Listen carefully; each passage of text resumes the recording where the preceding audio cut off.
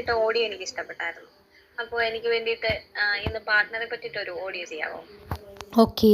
എൻ്റെ ഒരു ഫ്രണ്ട് ഇന്നലെ ഞാനിട്ട ഓഡിയോ കേട്ടിട്ട് എനിക്ക് ഇന്ന് പാർട്ട്ണറിനെ പറ്റിയിട്ട് എന്തെങ്കിലും സംതിങ് പറഞ്ഞുകൊണ്ടൊരു ഓഡിയോ ചെയ്യുമോ എന്ന് ചോദിച്ച് അയച്ച മെസ്സേജാണിത്. ഓക്കെ, അപ്പോൾ ശരി, പാർട്ട്ണറെ പറ്റിയിട്ട് എന്തെങ്കിലും സംതിങ് പറയാമെന്ന് കരുതി.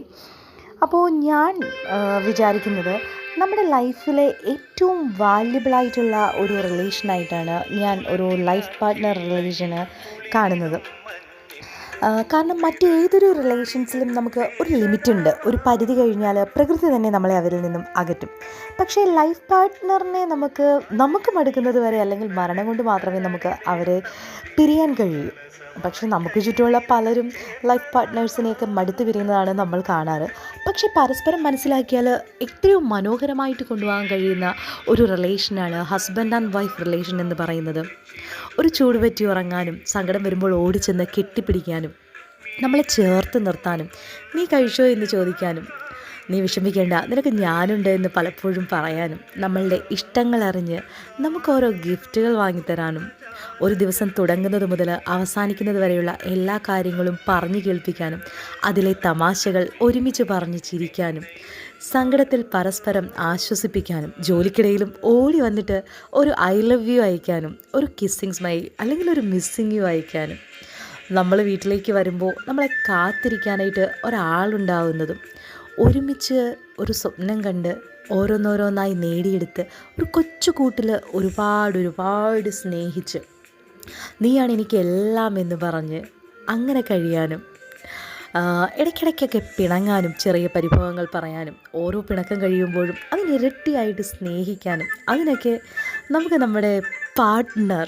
ജീവിത പങ്കാളി, അയാൾക്ക് മാത്രമേ കഴിയുള്ളൂ. അങ്ങനെ പരസ്പരം മനസ്സിലാക്കി കഴിയുന്ന ആളെ കിട്ടുക എന്ന് പറയുന്നത് അത് വളരെ ഒരു ലക്കി ഫാക്ടറാണ്. എല്ലാവർക്കും നമുക്ക് അങ്ങനെ കിട്ടിയെന്ന് വരില്ല. അപ്പം എല്ലാവരുടെ പാർട്ട്നേഴ്സിനെ പോലെ ആയിരിക്കണമെന്നില്ല മറ്റൊരാളുടെ പാർട്ട്ണർ എന്ന് പറയുന്നത്. അങ്ങനെ കിട്ടുക എന്ന് പറയുന്നത്, അങ്ങനെ സപ്പോർട്ടീവായിട്ടുള്ളൊരു പാർട്ട്ണറെ കിട്ടുക എന്ന് പറയുന്നത് ശരിക്കും നമ്മുടെ ലക്ക് തന്നെയാണ്. നമ്മുടെ പാർട്ട്ണർ നമുക്ക് എത്രത്തോളം സപ്പോർട്ടീവാണ് എന്നതിൽ നിന്നും നമ്മളെ കാണുമ്പോൾ തന്നെ അറിയാം. കാരണം നമുക്ക് ഭയങ്കര ബ്യൂട്ടിഫുള്ളായിട്ട് നടക്കാനും, അതേപോലെ തന്നെ വളരെ ആക്റ്റീവായിട്ട് എല്ലാ കാര്യങ്ങളും ചെയ്യാനും ഒക്കെ സപ്പോർട്ടീവായിട്ടുള്ള ഒരു പാർട്ട്ണർ ഉണ്ടെങ്കിൽ മാത്രമേ സാധിക്കുള്ളൂ. അല്ലെങ്കിൽ നമുക്ക് എപ്പോഴും അതൊരു വിരഹം തന്നെയായിരിക്കും. അപ്പം അതുപോലൊക്കത്തേക്കുള്ളൊരു സപ്പോർട്ടീവ് പാർട്ട്ണറെ എനിക്ക് കിട്ടിയതുകൊണ്ടാണ് ഞാൻ വെറുതെ ഇങ്ങനെ ഒരു പണിയില്ലാണ്ട് ഇങ്ങനെ വായ്ത്താളം വിട്ടുകൊണ്ടിരിക്കുന്നത്. അപ്പോൾ എൻ്റെ ഒരു കാഴ്ചപ്പാടിൽ പാർട്ട്നേഴ്സിന് പരസ്പരം ഏറ്റവും കൂടുതൽ വേണ്ടത് ട്രസ്റ്റ് അല്ലെങ്കിൽ വിശ്വാസമാണ്.